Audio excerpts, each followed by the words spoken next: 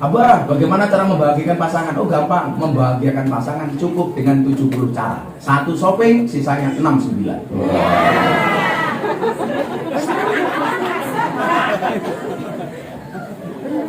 Karena cewek itu hobinya cuma 3, ngemil, ngemol, ngomel. Jadi cewek hobinya cuma itu tuh, ngemil, ngemol, ngomel. Makanya cewek sekarang kalau suruh nyari cowok pilih mana? Good looking apa good rekening? Pasti pilih good rekening. Karena berangkat dari good rekening bisa menjadikan wajahnya glowing. Di balik wajah istri yang glowing ada suami yang gulung-guming.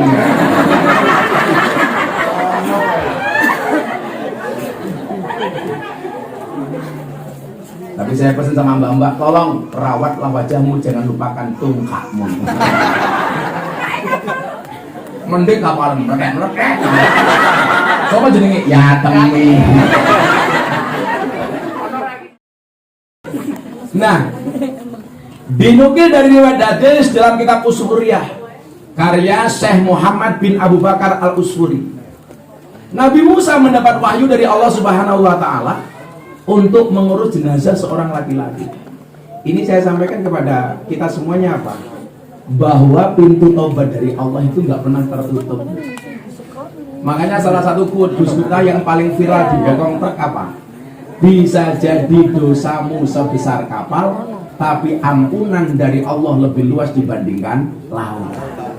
Dan bisa gede-gede dosamu, luwih gede pangapurane Gusti Allah. Jadi saya itu orang yang pede masuk surga Pak Dandit. Saya pedenya kenapa? Karena orang masuk surga itu ternyata itu bukan karena banyaknya amal, tapi karena rahmatnya Allah. Makanya kenapa saya bilang sama Pak RW, tolong pengajian diumumkan kepada mbak-mbak semuanya. Sekali saja ikut pengajian, ayo sebulan sekali atau berapapun kita kesempatan waktu aja kita ngaji. Siapa tahu waktu yang kita luangkan untuk ngaji ini mendatangkan rahmatnya Allah. Dari semua dosamu Allah tutup dengan rahmatnya, sehingga dengan pengajian itu kita mendapatkan pengampunan. Kita nggak pernah tahu.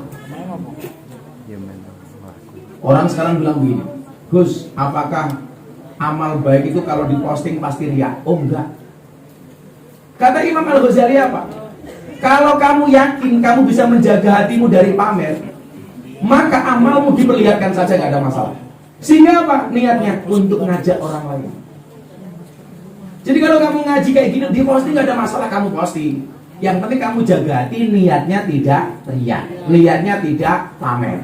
Tapi apa? Supaya memotivasi orang lain. Maka saya bilang, ketika kawan-kawan saya seperti Raffi Ahmad atau Halilintar waktu itu posting sedekah di medsos, dibully. Masa sedekah kok diposting? Saya bilang, yang diposting belum tentu pamer, yang tidak diposting belum tentu ikhlas. Karena apa? Sedekah itu terang-terangan maupun tersembunyi boleh. Yang nggak boleh itu nggak sedekah tapi terang-terangan cangkeme cerewet. Wong iki teko iki. Ya melu guyu gitu. Biasanya jilbabnya ungu. Yang jilbabnya coklat insya Allah. Luweh parah. Luweh nemen.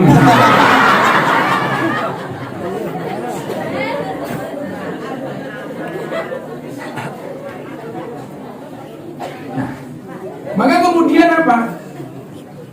Kita tidak bisa menilai seseorang itu baik dan buruk hanya dari kacamata manusia. Bahkan Imam Ali bin Abi Thalib beliau mengatakan apa? Ketika malam hari kamu melihat ahli maksiat dan kamu ketemu keesokan harinya, jangan pernah katakan dia ahli maksiat. Kenapa? Karena bisa jadi malam itu dirinya sudah bertaubat, minta maaf kepada Allah, minta ampunan kepada Allah, tetapi mata kamu tidak pernah melihat. Gak bisa. Saya itu kalau ada orang malam ketemu saya dalam keadaan mabuk, besoknya saya pura-pura lupa. Karena bisa jadi setelah dia mabuk, dia minta maaf sama Allah. Ya Allah, tadi malam saya mabuk. Mboten kata ke Allah namung toying. Sehingga kemudian apa? Kepada manusia lain hendaknya kita berhusnudzon bahwa manusia itu baik. Kalau kepada dirinya sendiri justru dia harus suudzon. Kalau kita kan kebalik, suudzon kepada orang lain, husnudzon kepada diri sendiri. Makanya kemudian muncul bahasanya Gus Miftah apa? Jeleknya manusia itu selalu saja menjadi hakim dan jaksa bagi kesalahan orang lain, tetapi menjadi pengacara bagi kesalahan kita sendiri. Kalau ada orang salah kita hakimi, kita tuntut, tapi kalau kita salah membela diri. Ini yang gak benar. Tapi jangan kemudian ini dijadikan dalil lah ngono aku salah apa-apa, yang penting gak usah membela diri. Ya kuwi cangkem bosok. Bukan seperti itu pemahamannya. Maka perintah Allah kepada Nabi Musa ini membuktikan bahwa kita tidak boleh suudzon kepada siapapun, termasuk kepada ahli maksiat sekalipun.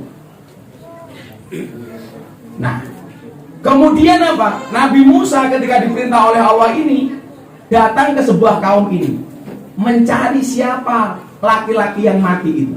Dicari sama Nabi Musa. Begitu dicari ke tengah kampung, ditanya, jenazah orang ini kemana? Ketika Allah mengatakan kepada Musa, wahai Musa, kata Allah, di suatu perkampungan ada seorang laki-laki mati. Tolong kamu cari, kata Allah. Begitu dicari sudah tidak ketemu. Ternyata apa? Laki-laki ini sudah dibuang ke tempat pembuangan sampah. Jenazahnya dilempar ke tempat pembuangan sampah. Kenapa? Karena menurut kaumnya laki-laki ini adalah laki-laki yang ahli maksiat, banyak dosa. Dilempar. Tapi coba Anda lihat, hebatnya Allah memerintahkan Nabi Musa untuk ngurus langsung jenazahnya. Musa ketika mendapat perintah dari Allah langsung jawab, siap dan 86 laksanakan. Kalau di Satkem beda dan siap dan 69 laksanakan.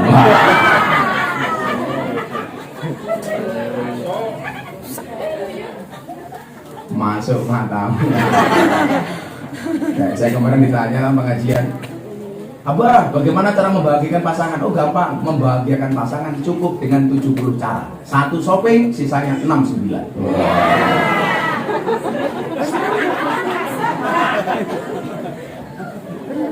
Karena cewek itu hobinya cuma 3, ngemil, ngemol, ngomel.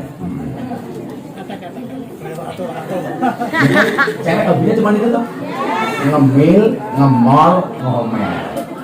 Makanya cewek sekarang kalau suruh nyari cowok, pilih mana? Good looking apa good rekening? Pasti pilih good rekening. Karena berangkat dari good rekening bisa menjadikan wajahnya glowing. Di balik wajah istri yang glowing ada suami yang gulung-guming.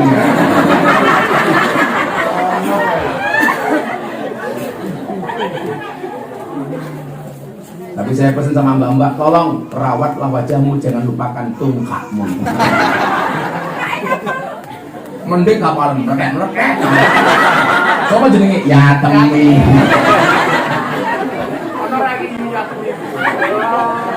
Ya temi. Oh kan. Ya temi. Legenda Sarkem. Ya temi. Kalau kemarin siang saya pengajian di Semarang, di Bandungan, kota sejuta pulau. Mangkuburer.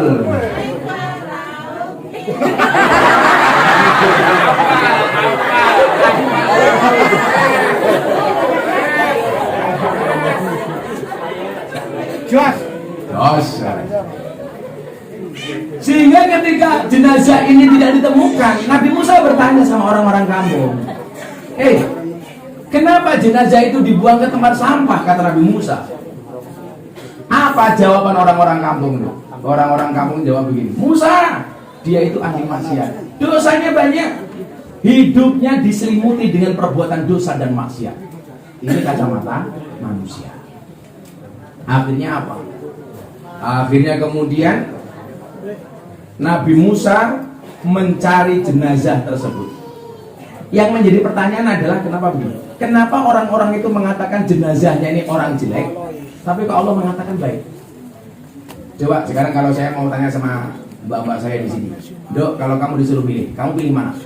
Baik di mata manusia, jelek di mata Allah, atau jelek di mata manusia, baik di mata Allah? Jelek di mata manusia, baik di mata Allah.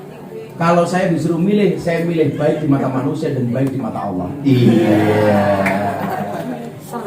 kalian itu tak kasih tahu ya dok ya, kalau berdoa itu jangan minimalis gitu. Kita itu doanya minimalis, ya Allah saya punya suami jelek gak apa-apa, ya Allah yang penting soleh. Salah. Doanya bukan begitu. Ya Allah saya punya suami tampan gak apa-apa, ya Allah yang penting soleh dan kaya, ya Allah ngono.